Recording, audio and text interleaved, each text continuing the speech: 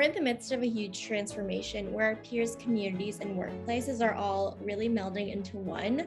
Welcome to Reimagining Company Culture. My name is Christina Giordano, she, her, and hers, and I am the Senior Partnerships Manager here at AllVoices.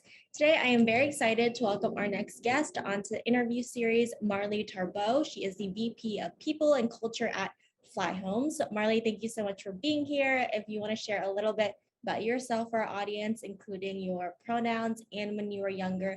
Do you remember how exactly you answered the question, what do you want to be when you grow up? Yeah, well, thank you for having me, Christina. I'm really excited for the opportunity to be a part of this series. As you said, my name is Marli. My pronouns are she, her, and hers.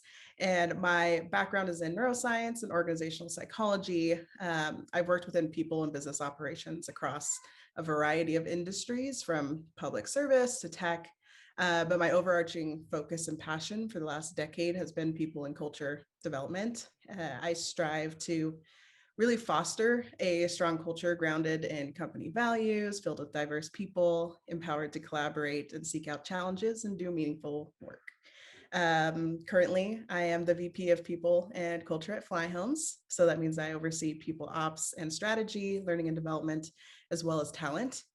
For the question around what I wanted to be when I grew up, I always wanted to be two things. One of them was a doctor because I just deeply care about helping people and making a meaningful difference in their lives. And the other was I always wanted to be a mom. So I always like to say, one out of two isn't too bad. I love that. It's always interesting to hear kind of people's answers, and fast forward to today, you are the leader of people and culture, and I'm sure that a lot of folks ask you questions on a day-to-day basis, and there's a lot of projects you're involved in. But what would you say, kind of vaguely, is taking up the most brain space right now? Yeah. So I'd say that there's kind of an obvious answer, given that we're still, I don't want to say coming out of the pandemic, we're still kind of in it. Yeah. But what does hybrid, work life look like? How do we successfully continue to work in this environment? But I also think that I've been spending a lot of time thinking about how mental health and like neurodiverse folks can be better set up for success within a working environment. And of course, this has always been something that's on my mind, but I feel like it's even more prevalent and like obvious after experiencing the pandemic, if that makes sense, which I don't really have a solution for, but it's something that's keeping me up at night, is how do we make our systems and processes better for everyone and truly more equitable, outside of just providing benefits and apps and the likes. Absolutely. It's going from kind of that good to great place. And also when you make things more accessible and it's kind of more implementing inclusive design, it's better for everybody at the organization as well. And we know that kind of our definitions of employee engagement and what it means to be an employer of choice have definitely changed over the past few years as well, knowing that company culture is super dynamic and never set in stone. What are the ways that you think about measuring your company culture from both a qualitative and quantitative way? Yeah, I feel like over the last couple of years, figuring out ways to quantify culture has been at the forefront of so many people's minds. I hear it more and more often. Um, I think that from a quantitative perspective, there's employee NPS scores, there's monthly pulse surveys, which is something that we do here at Flyhomes, and across a variety of themes like fairness, feeling valued, leadership, satisfaction, psychological safety. And of course, each of those themes are provided a score, and you're able to provide like written commentary as well.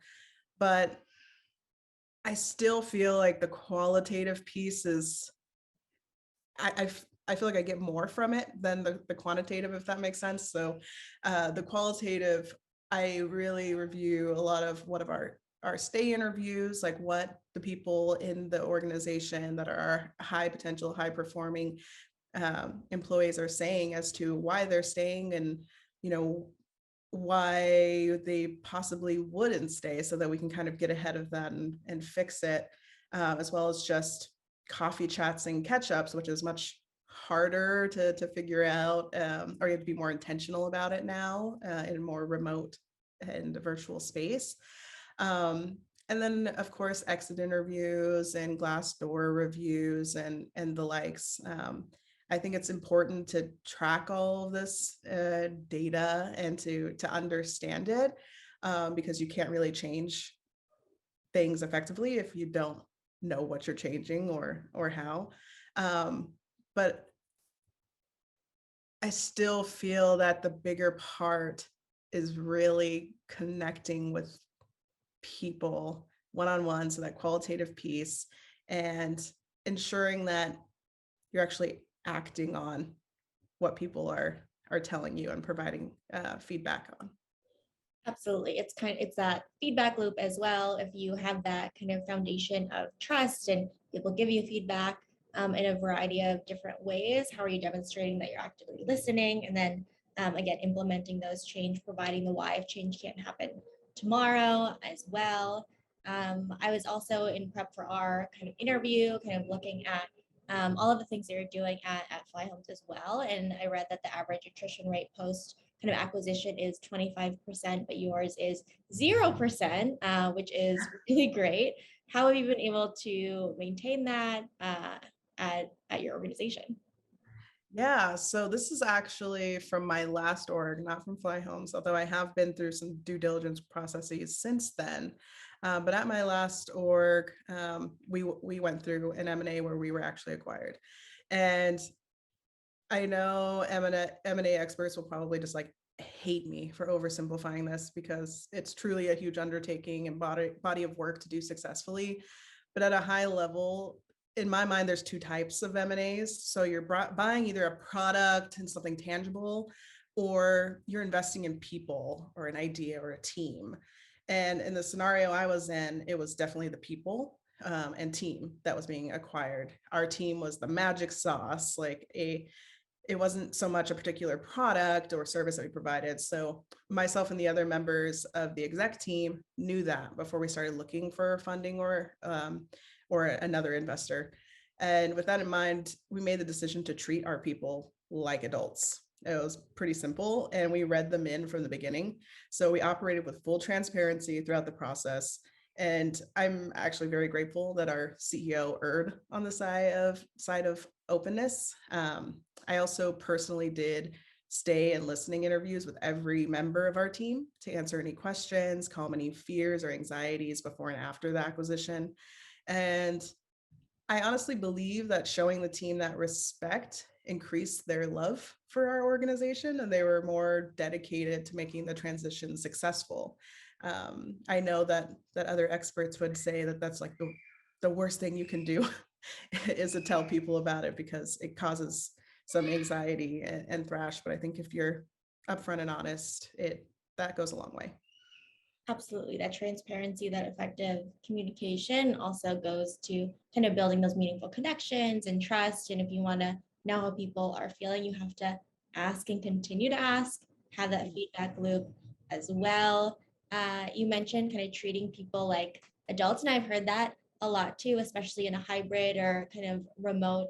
There's a remote piece of the work too. And nobody likes, I would say, as a blanket statement, a micromanager or someone who does not treat them as adults. In an ideal world, with all of your kind of experiences as a leader, how would you effectively resource new managers who are previously coming from individual contributor roles and don't necessarily have that experience yet? Oh, that's a really, really great question. I think managers, especially green managers or frontline managers, are most important in an organization. And often at a rapidly scaling org, people have to thrive in an environment that is ambiguous and at times kind of chaotic. But the excitement of building an organization from the ground up is why they decided to kind of come along on the journey with us. Um, Of course, it's a lot easier if you come in as an IC or a more seasoned leader that has been there and done it. But in order to really provide growth opportunities, you're going to have homegrown managers as well. And like I said, I think they're kind of the most important. Not that everyone isn't important, but I believe that the leaders that an organization creates are the biggest reflection of a company's culture and values because they grew within the company, good, bad, and indifferent. So in an ideal world, I would provide green managers with every tool and resource to be successful. So whether that is training, mentorship, development coursework, and networking opportunities.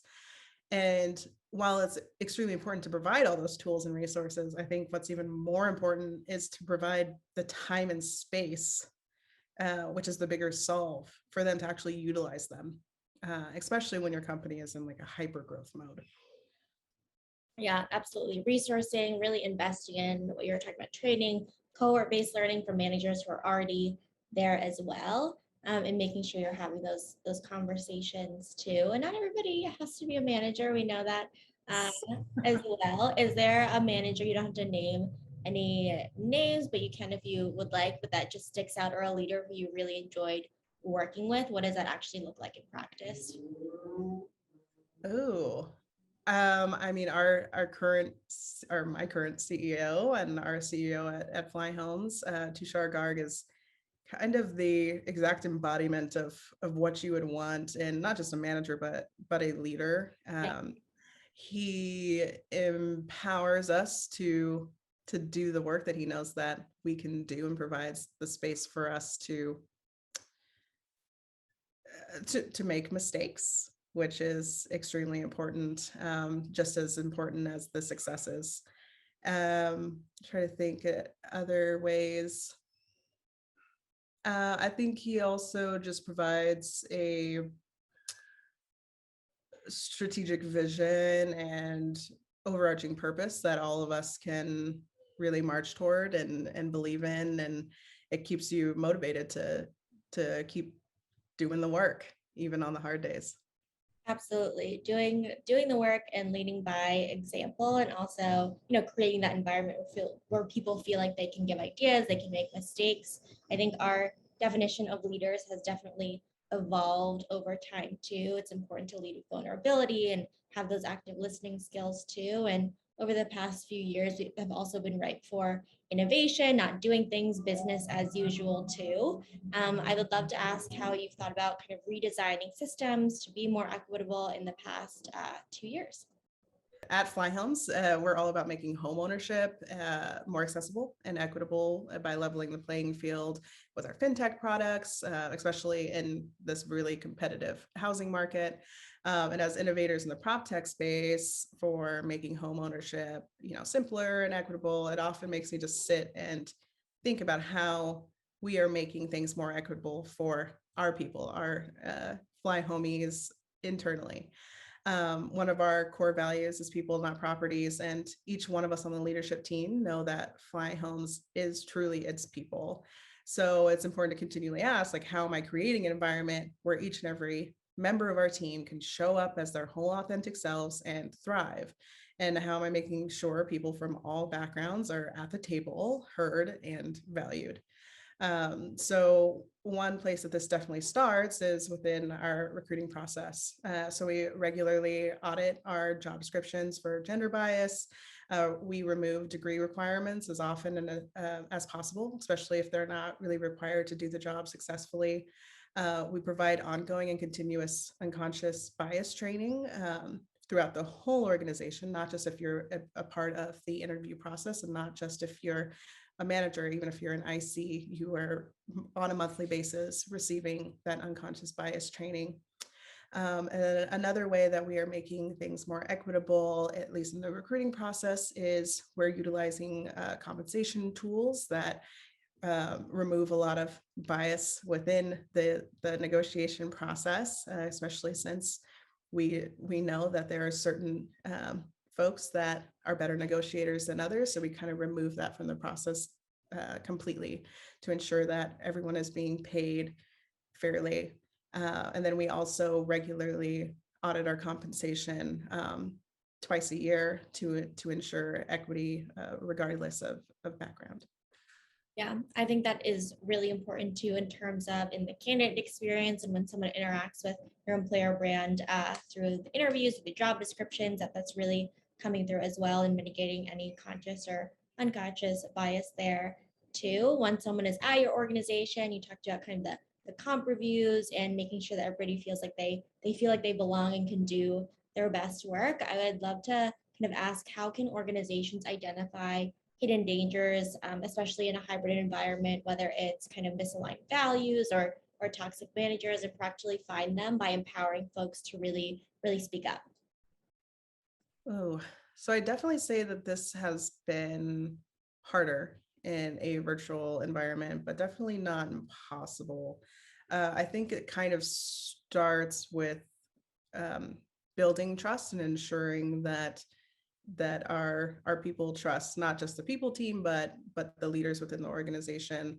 Um, I know that I personally hold space, and I hate to use the term having an open door policy, but I talk to anyone and everyone on the team whenever they need that time. And even though it's possibly and probably not scalable long term, it's something that I think is extremely important, whether it's myself doing it or another member of the team, because we can't be in every virtual meeting. We can't be in every all hands.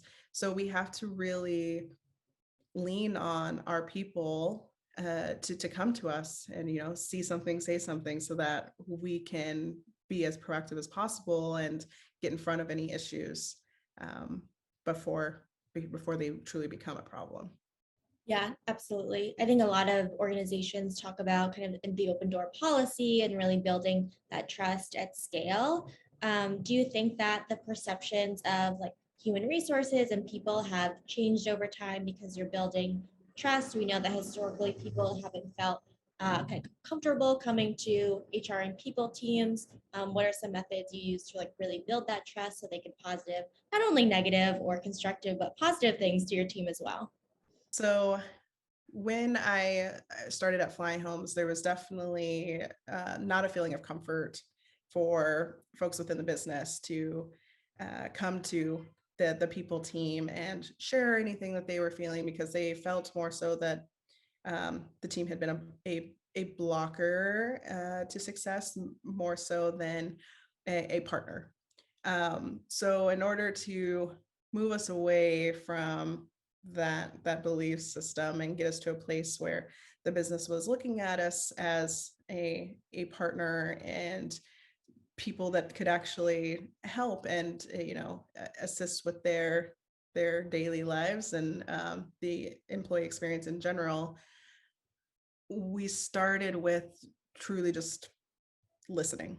I went on a bit of a listening interview spree of sorts. I definitely believe that you should listen more, talk a whole lot less. And I'm honestly not a talker. Like, this is probably the most I've talked in an hour length of time. But by sitting and listening to people and hearing their problems or their pain points, that kind of started the process of rebuilding that trust that no longer was there.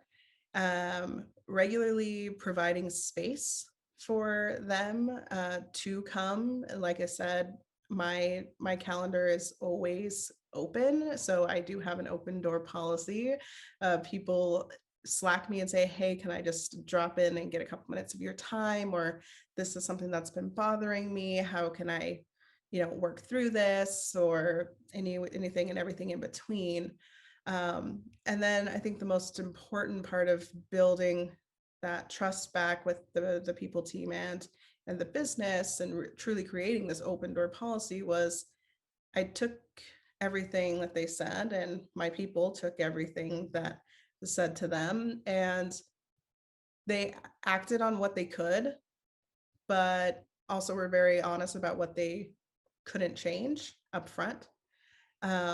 And by having that transparency and honesty, and seeing that, you know, their words weren't just getting lost in the ether, that they were truly valued and something came of it, made a big difference. And it's further instilled that confidence that people can come to the people team uh, to provide feedback, whether it is positive or negative.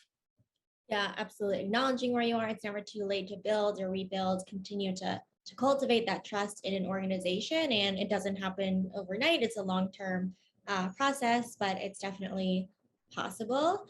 In terms of, you know, people have been innovating as we were talking about and trying new things for engagement and also to recruit talent. In your experience, what are some common mistakes you're seeing companies make, even with the best intentions, but still in their kind of people and talent strategy?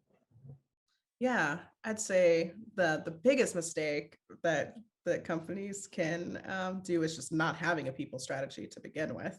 Well, you know, a lot of orgs even today still view their people organization as purely compliance, hire and fire, like we were just talking about.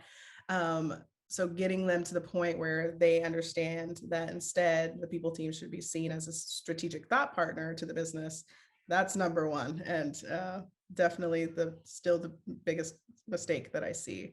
After that, I would say one of the more common mistakes is when a people strategy doesn't really align with the business strategy. And when I say that, I mean perhaps that the people leader does not have a seat at the table with the other executives. So it's almost like there's this dissonance between what one arm of the business is trying to do and what the overall goals of the company are. Yeah, just aligning kind of with other business objectives and also, again, being a strategic and proactive partner as well, not just reactive. I think that's something that a lot of folks are seeing too when many executives and leaders were coming to people and culture teams over the past couple of years to say, can you fix anything and everything uh, for us too? I guess the opposite end of that question too is knowing what you know now. No one has a crystal ball, but what would you say people leaders need to have to be successful in the future in the world of work? So just what I believe would make them as Yeah, successful. You have to have buy-in from the very top. If you do not have a leadership team that believes in the importance of people team, people strategy, which I know seems extremely foundational, and it is like it almost obvious, but when there is not alignment there, it doesn't matter how hard you work, you're just nothing truly is going to come of it. So I'd say in order to really be successful, you have to have the buy-in and the alignment with other members of leadership and especially the CEO. absolutely. Having that buy-in, making sure that, you know, this is a team sport and everyone should have that ownership mentality as well. I would love to ask too, for March 2022, at the beginning of the month, we celebrated International Women's Day, and the campaign theme this year was around breaking the bias. And we've touched on breaking the bias in that candidate experience and also how you're doing it at Flyhomes. Are there any other kind of examples or ways you're thinking about breaking the bias and promoting gender equity at the organization? Yeah, I think that another big way where we are doing it, um, once again, back at the recruiting process, I had realized that when doing an audit of our diversity numbers, that while we had really great overall percentages for gender across the organization, as well as different diversity around race and backgrounds, where we were struggling or where we did not have as much people from different backgrounds was in our senior leadership, which to me is a major issue that we wanted to correct. So one way that we went about this, outside of finding other ways to source diverse talent, was that when we were doing any senior level role, we required at least two finalists that were being looped to be from a diverse or underserved background. Yeah, operationalizing equity, making it part of the process and mitigating any bias there. And these are changes that folks can make that are systemic as well. Marli, is there anything that I didn't ask in our conversation today that you want to share with folks who are listening, or underscoring any key takeaways you hope people bring with them? No, I don't have anything additional to add, but I'd love to ask you a question. Yeah, absolutely. Yeah. So, what advice would you give your younger self about the corporate world if you could? The advice I would give myself, that is a great question. I would say it's also the answer to what has been not the best, but like one of the best pieces of advice is you are your best advocate. It's really important to have mentors and sponsors, and you're definitely not in it alone, but nobody is going to want whatever your goals are more than you. So, I think that has been really helpful. You are your best advocate. Awesome. I love that. Thank you. Marli, thank you so much for being on Reimagining Company Culture this afternoon. I really enjoyed our conversation. Thank you. I did as well. And as a reminder for folks who are listening, at AllVoices, we really believe in employee feedback management as a requirement for the organization to succeed overall. Have a good rest of your week, everyone.